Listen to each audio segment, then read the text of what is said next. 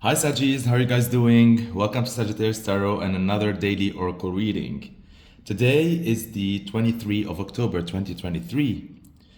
And if we reduce that 23 and 10 and 2023 to a single digit number, we get number 4. So this Monday, the beginning of this new week, is a number 4. It embodies number 4. It embodies reliability. So a couple of questions here. What can you follow today that you know you can rely on? So tried and true methods. This can be applied in your job, in your housework, in your relationship, in your passion projects, in everything, right? And so what are the true and tried habits that you know you can rely on? Do embrace that, right? What are the things or the energies that bring you reliability? Focus on that. So whether this is like material security, spiritual security, emotional security, energetic security, you know how it is, right? So it is all about creating a reliable type of energy. And so you have a lot of that in your life and you just need to embrace more of it, because today really is all about like that type of energy. All right, now let me pick for you the oracle day card from the Enchanted map oracle. Okay, let's see, what do you get? Wow. All right. So you get compass. You get the compass card, which is immediately, if we look at it, number 50. So that's a number 5. And this is all about flexibility. This is all about you being able or embracing those qualities in you that allows you to maneuver different type of situations, maneuver different type of circumstances, so, and this is a really interesting mix, because between reliability and flexibility, sometimes they might seem as if they're opposite energy, but they're not, because reliability does not mean fixed. Reliability is what you can rely upon, is what you know you can get, and based on experiences, based on history, all of that thing, like you're gonna get a result from. And flexibility is also not being always tied up to a certain method. So even if that method yields result, you're gonna be willing to, within that method, right? Because usually within something, you don't have to change the whole thing. You can still do the reliable thing, but within it, there's like variations. So it's your ability to be creative and adapt and twist and tweak things. And if we combine reliability and flexibility, or 4 and 5, we get a number 9, spirituality. In this case, it's going to be growth. So between the energy of the card that is like pushing you to be flexible today, and between the energy of the day that is pushing you to do the tried and true and be reliable, right? You get growth. All that push and pull is going to help you grow by developing new habits, new skills, new ways, new energy, new wisdom, new. Growth, baby, growth. And 9 is your number. Don't forget, Sagittarius, it's the 9th house. It's like spirituality, it's Saggy, it's Jupiter, it's all of that. And so, yeah, what an amazing start already for the reading. Now, before we dive in more into the compass card, let's see what of the affirmations associated with this card. And so that would be, repeat with me, it's a question today. It's a question to ask yourself at every single turn of the day. There it goes. What is my higher power right now? What is my higher power right now? What is my higher power right now? Okay, let's dive deeper into this. So what is a higher power? So this terms talks about more like what you're destined to do or what you're meant to do or your purpose, right? So if anything that you're doing today falls within your purpose type of question. And so, which brings me also, because now as we look at the card, we can see all these zodiac signs, right? Here and there. And then again, with the reflection, we've been getting a lot of that during the month of October. If you watch the monthly, weekly, dailies, bonus, Voyagers, all of that, all of those like playlists, right? And so also here we have a mix of energy. Like you can tell that this includes all energy and all levels. So the blue, the green, the purple, the fire, etc. So this really affects all elements of your life, like the mental faculties, which is air, the energetic faculties, which is fire, the emotional faculties, which is water, the what else?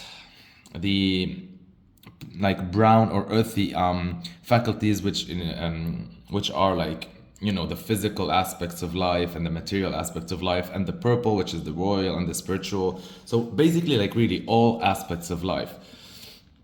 And again, there's another recurring theme here that seems to be the case as well, that is lingering with us, Sagis. I know you might not be very happy to always hear about it during the month of October, but here we go again. It is that feeling lost type of situation. If you can see here, like let's say here you see the frog, right? Let's say that's you. And so this is the earthly plane, or like the day-to-day or the mundane, or what you're currently doing today, right? And maybe you're embracing, in this case he's embracing like Libra energy, right? And your higher power is like where you're supposed to go, or what you should be doing, or where you are, not should be, it's more like where you are heading in life. And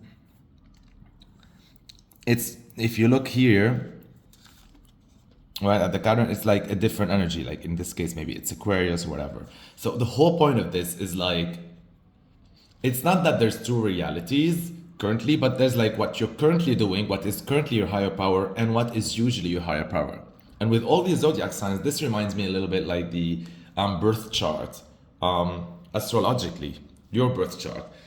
And so in your birth chart, there are like 12 zodiac signs, and each zodiac sign is associated with a house and with a certain energy. And wherever the planet falls in these houses, they usually determine the energy you're born with, or your birth chart, right?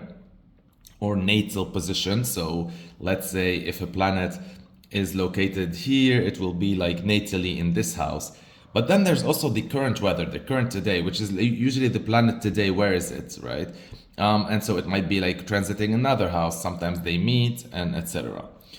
And all of this astro talk is to tell you that in astrology, there's something called the true north node. And usually natally, it falls within one certain house in your chart and a sign. And that usually tells you the direction that you need to adopt in the future, all the challenges you need to learn, all the things like where you should be heading, right? And then there's also the transit north node, which usually like changes signs and a house or something like every 1 year and a half, something like that, maybe. And so that's usually like sort of the flavor of the year, and something like when you feel you're always pulled in that direction. All of these is to tell you this, right? All of this analysis is to tell you that this is not to tell you that you should ditch your current higher power. This is just for you to be aware of the trees and the forest, you know, the current situation and the bigger picture. Do not ditch the current situation, because that's your way anyhow to the big picture. You know, focusing on one tree at a time is the way to reach the end of the forest. And so let's look at it this way, right? We're gonna think of an example. So maybe We're just gonna throw it out there, right? And I'm gonna try to take an example that sort of illustrates today's energy. Okay, so let's say that today your higher power is reliability. So we're gonna go with the fourth house, let's say. And so you're pulled towards that. And to achieve that, you are, doing the things that bring you the results. So whether this is an old job, an old relationship, an old way of doing things, you know that this is always getting you a certain result, right? Like, that if you do A plus B, you're always going to get C. So it's comforting, it's reliable, you know what you're going to get at the end of the day, no risks, foolproof plan, etc. But at the same time, you know that this is not going to take you to your natal, let's say, a purpose, which falls in the house number 9, growth. And at the same time, you cannot just throw this right now because this is not part of the process. You're supposed to be doing this for now. But you know that while you're doing it, you know that this is not this. This is not it. Like doing your old job or doing these reliable or following these reliable methods or these relationships or that environment, whatever. You know that in the long run, in the big picture, like this is not going to be the answer. But it's part of the process at the same time because life is a series of transitions. So you gotta live this because you know that this is temporary. Next year you're gonna be in the 5th house, let's say, focusing on like creative projects, maybe afterward the 6th house, with like going into routines and perfecting your craft, etc. And eventually you will get there. So it's this like sort of mixed feeling that like what you're doing today is temporary. It is not what you're gonna be ending up doing at the end of the day. But then again, it feels good because it's reliable and also it's part of the process. So maybe you gotta do this in order to get there, all of these things. And so within goes in the number 5, which is flexibility, which is you trying to be creative in instigating these little solutions, these little mini tweaks, these little things within what you're doing in order to push this beyond. And so once you figure these tricks out, guess what? It's pushed and you start to focus on another area and develop it until you reach your goal. So the whole point is whenever you start to feel like you're obsessing over something or you're fixated over something or something really frustrates you or irks you or tries to deter you from, feeling good and feeling in your bliss and living your truth, remember that first, living your truth can mean you're living something else. That's part of the reason that will help you live your truth. You don't have to start living it right now if circumstances and you and everything is not aligned, right? So remember this. Every time you're feeling like that, every time you're feeling as if you're lost, you need your compass, you need to look where you're heading, ask yourself this question: what is my higher power right now? Right? And then ask yourself another question: what is my higher power in general? So there's 2 answers to that. And it's normal that your higher power right now does not match exactly your higher power eventually to your ultimate goal, but it's part of the process. So you're gonna feel like you're this little frog. You feel like you're jumping all these little steps. It's not as if like it frustrates you because they're not really like, they don't feel like your ultimate purpose. But at the same time, I'm here to tell you, as much as they do not seem like it, they really are part of the process. They really are part of the journey that's going to lead you there, whether you know it or not. Even the things that frustrate you, even the things that don't yield results, even the things that, all of this, you might feel like you're the frog who's lost, jumping from one thing to another. But you're not, you're just following your bliss. And eventually, you will be guided to your truth. It's all part of the process. Which brings me to the part of the reading where I share with you a random quote that I choose for you and see how it fits within this reading. Today's quote is from Robin Sharma, and it says, "Everything is created twice.